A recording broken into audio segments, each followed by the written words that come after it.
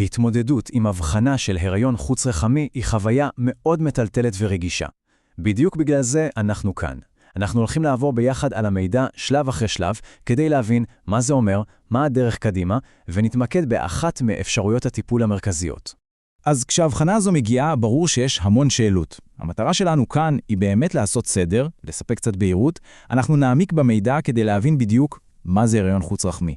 איך עובד הטיפול בתרופה שנקראת מתוטרקסט, וחשוב לא פחות, למה לצפות גם במהלך הטיפול וגם בתקופת ההחלמה שאחריו. אז יאללה, בואו נתחיל. לפני שצוללים לטיפול עצמו, הדבר הכי חשוב הוא להבין קודם כל מה זה בעצם אומר הריון חוץ-רחמי. ההגדרה הרפואית אולי נשמעת קצת יבשה, אבל הרעיון הוא די פשוט. בעצם מתחיל הריון, אבל הוא לא משתרש איפה שהוא אמור. במקום להתמקם בתוך הרחם, המקום הבטוח והנכון לגדילה, הביצית המופרית מוצאת לעצמה מקום אחר. והמקום האחר הזה הוא בדרך כלל כמו שרואים כאן, באחת החצוצרות. תראו את המספר הזה. ב-97% מהמקרים זה המיקום. וזו נקודה קריטית, כי החצוצרה היא צינור עדין מאוד. היא פשוט לא בנויה להכיל הריון שגדל ומתפתח. וכאן מגיעה הנקודה הכי חשובה להבנה.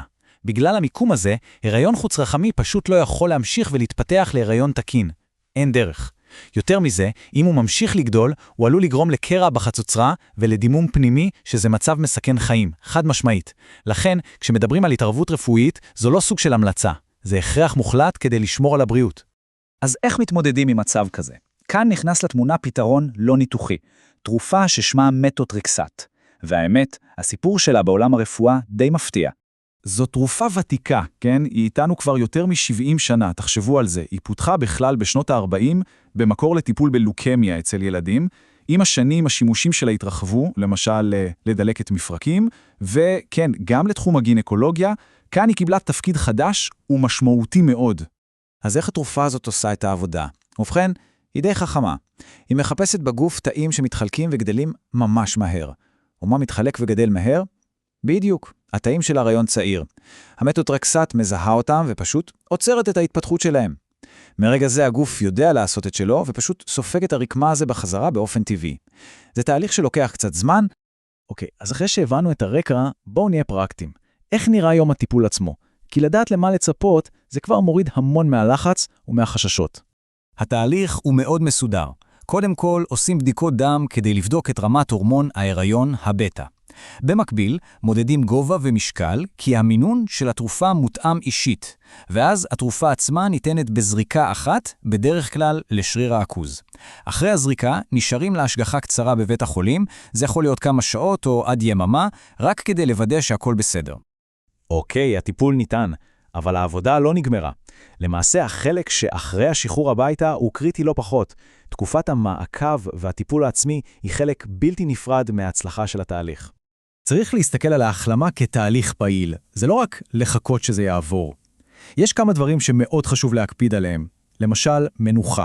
הימנעות מפעילות גופנית מאומצת. ושימו לב לדברים שצריך להימנע מהם, כמו אלכוהול וחשיפה לשמש. חשוב במיוחד להימנע מחומצה פולית, וזה כולל מולטי-ויטמינים, כי היא פשוט מפריעה לתרופה לעבוד. אותו דבר לגבי משככי כאבים מסוימים כמו איבופרופן. ההקפדה על ההנחיות האלה היא פשוט קריטית כדי שההחלמה תהיה בטוחה ויעילה. המעקב הזה הוא תהליך מתמשך, הוא לא נגמר ביום השחרור מבית החולים. כמו שאפשר לראות ביום הרביעי ובשביעי אחרי הטיפול, יש בדיקות דם חשובות, ואז ממשיכים עם בדיקות דם פעם בשבוע. המטרה היא פשוטה, לראות שרמת הורמון הבטא יורדת באופן קבוע שבוע אחרי שבוע עד שהיא מגיעה לאפס. רק אז יודעים שהטיפול הצליח ב-100%. התהליך הזה יכול לקחת כמה שבועות וחשוב להיות מוכנים לזה.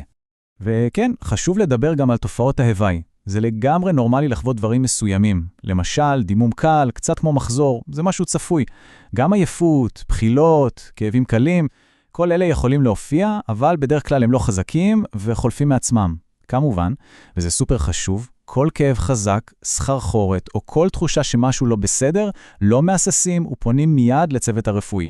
אוקיי, אז עברנו את הטיפול, את תקופת המעקב, ההחלמה, ועכשיו אפשר להסתכל קדימה. בואו נדבר על השאלה שאני בטוחה שנמצאת בראש של כולן, מה לגבי העתיד? ופה מגיע המסר הכי חשוב, והכי מרגיע.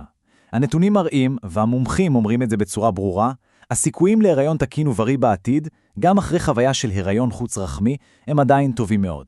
זו נקודה ממש חשובה להפנים. אבל, ויש פה אבל חשוב, צריך לתת לגוף זמן. ההמלצה הגורפת היא להמתין לפחות 3 חודשים מהרגע שרמות הבטא מגיעות לאפס, ורק אז לנסות שוב. למה? כי זה נותן לגוף את הזמן להתאושש לגמרי, ובעיקר לחדש את מאגרי החומצה הפולית שהיא כל כך חיונית להיריון תקין. אז אם מסתכלים על כל התמונה, אין ספק שהתמודדות עם הריון חוץ רחמי זה אתגר, גם פיזית וגם רגשית. אבל מה שניסינו להראות כאן זה שידע הוא כוח. כשיודעים מה קורה, מה צפוי, ומבינים את התהליך, זה הופך את כל החוויה הקשה הזו למסע, מסע של ריפוי, וזה פותח את הדלת להסתכל אל העתיד, בתקווה.